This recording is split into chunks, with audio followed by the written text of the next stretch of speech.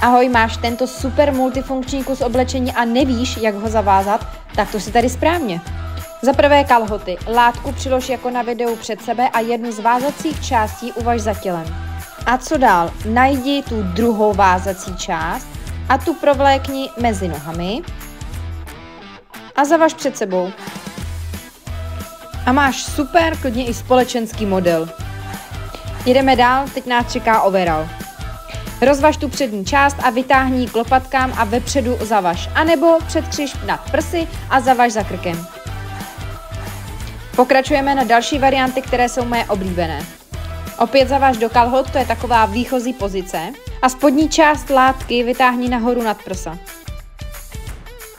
Pro další skvělou variantu rozvaž vzadu mašli a zavaž vázací část za krkem. Tuhle variantu mám hodně ráda a jde ji ještě upravit tak, že upravíš tu přední látku ohrnutím a zastrčením za přední vázací část.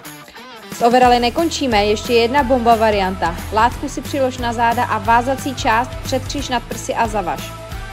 Najdi druhou vázací část a provlékni ji mezi nohy, budeš ji mít vepředu a nejde to ani jinak, než to zavázat teďka vzadu. Za mě taky top varianta. Když už ti na dovolený dojdou varianty, tak ještě pořád zbývá uvázat sukni. Je to jednoduchý, látku přelož v jediném švu, co na látce je, obmotej kolem těla a pečlivě zavaž.